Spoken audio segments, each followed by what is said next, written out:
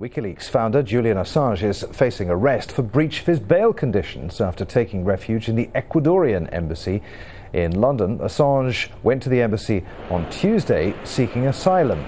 He's been battling against attempts by Sweden to extradite him on allegations of sexual assault since the end of 2010.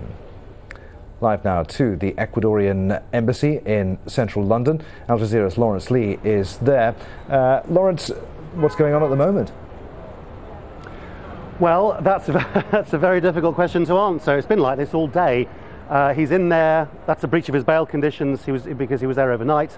The door's shut, and behind the scenes one assumed there are all sorts of diplomatic conversations going on between the British government, probably the Swedish government, the Americans and the Ecuadorians to try to give Assange up. He's seeking political asylum, and all day today everybody's been wondering about the eventualities, and if he leaves the embassy he'll be arrested, and could they get him out of the country. The best legal advice now, and this is quite important, is this, that even if the Ecuadorian government were to give him political asylum, that apparently doesn't guarantee him diplomatic immunity, because diplomatic immunity can only be conferred onto him by the British government, which won't do that because it wants him to be extradited to Sweden, where he faces these allegations of sexual assault. And it implies that even if the Ecuadorians were to put him into a diplomatic car and try to take him to the airport, at some point the police would be able to arrest him because he doesn't have immunity from arrest and prosecution.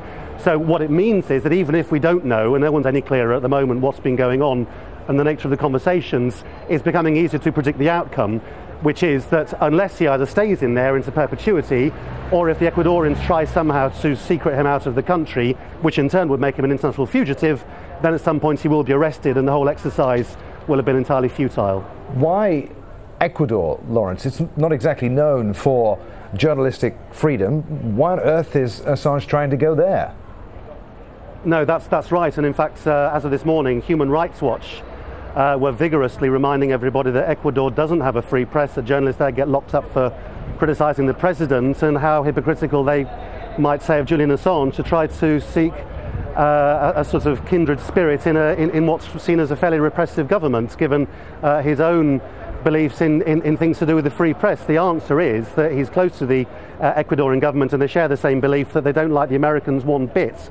And I dare say on that level he thought the Ecuadorians might be able to help him. And I suppose Assange would probably argue that even if Ecuador isn't necessarily a very free country, its failures are probably less in his mind than those of the Americans, who he believes to have been guilty of war crimes.